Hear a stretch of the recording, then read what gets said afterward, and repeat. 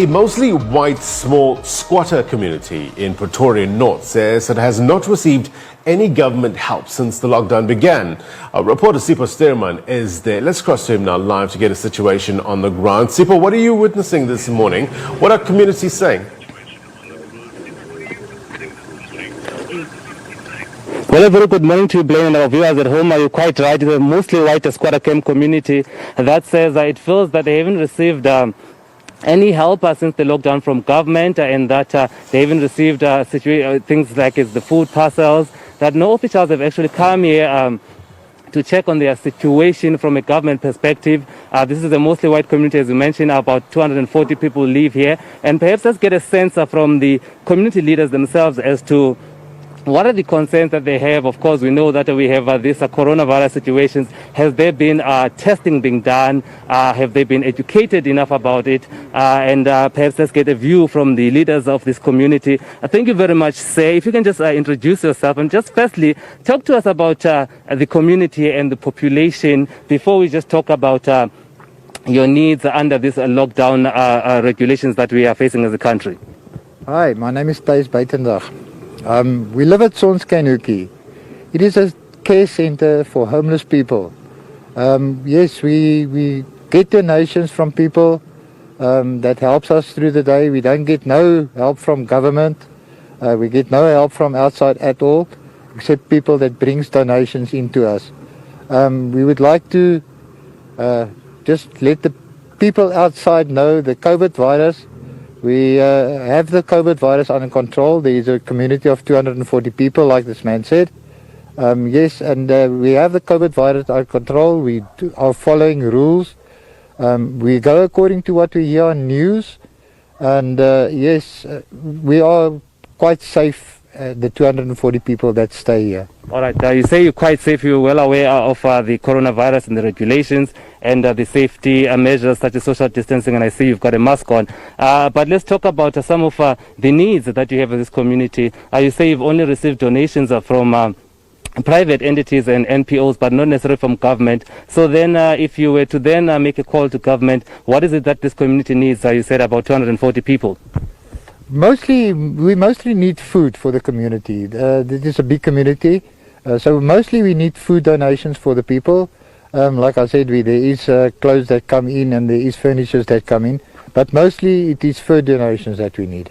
Okay, mostly food donations. Now let's talk about the makeup, the racial makeup of this community. I mentioned when I was starting with this live broadcast that it's a mostly white community. Why is that the case, that we still have a mostly exclusively white squatter camp community here in Pretoria in this day and age in South Africa?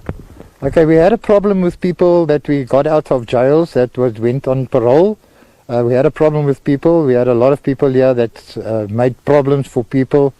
There's mostly old age pensioners that live here. Like I said, if we have to get a lot of people in here, it's going to cause problems. Because it's a white community, the reason why I gave you now, we have to keep it safe. And there is no crime at all here. We have security, and so yes, we are living, sir. All right. You say that you have to keep the community safe. So are you suggesting that if you become more inclusive and include other racial groups that make up South Africa, then it would make it an unsafe community for you? Is that what you're saying?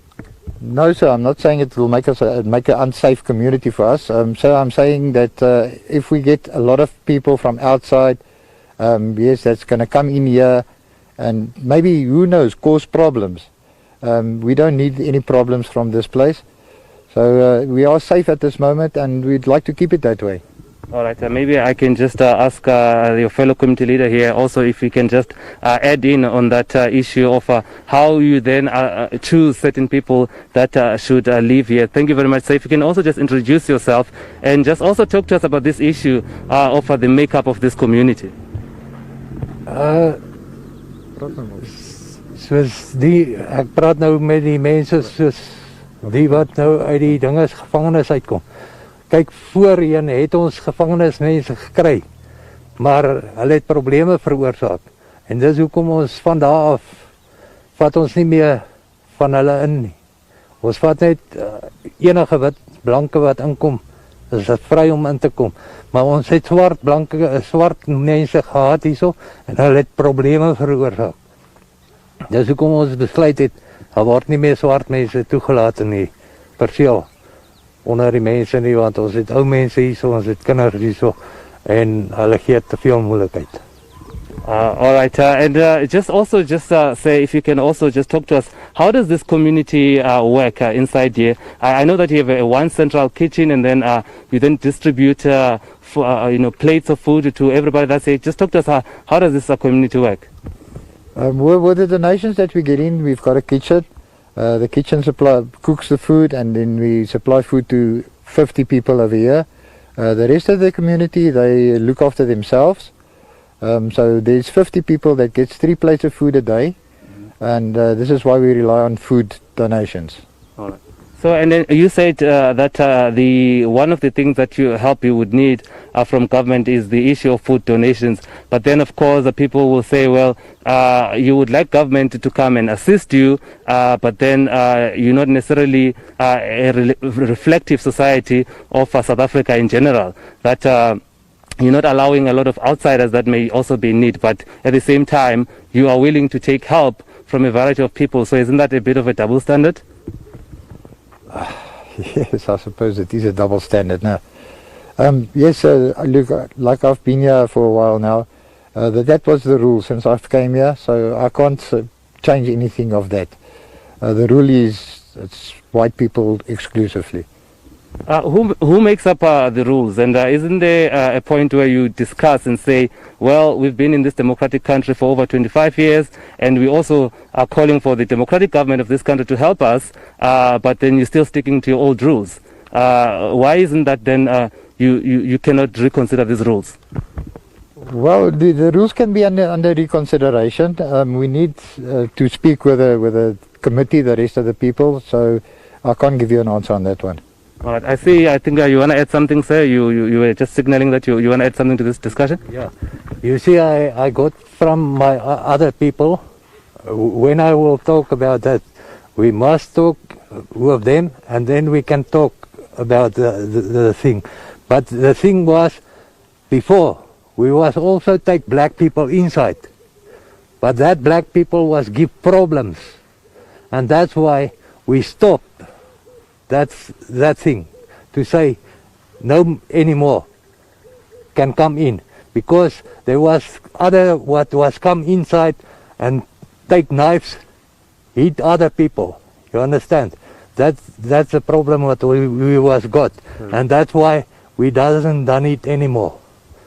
So now that you are living mostly as a white population, are you saying that crime is not happening, that the crimes that you speak of in the past were simply race-based crimes? You see, on this moment, I can't see what got other people in his pockets. You understand? So when they come inside, we don't know him. Today he talk like this, tomorrow he start with another thing. So we don't have that story. We don't want it here. All right. Well, thank you very much. Well, Blaine, there you have it. Quite an interesting community here, saying that, of course, they allow one race, that is white people. However, at the same time, they do want an outside helper from a multiracial government, and that they do give their reasons as to why they want to keep it an exclusively white community. But as they say that they are also South Africans, they need of assistance. There's about 240 people in this mostly white squatter camp here, and they survive on donations, but they say government has not reached out to them. But quite problematic in modern day South Africa that it seems to be exclusively one race that lives here, and that they have rules that do not allow any other racial groups.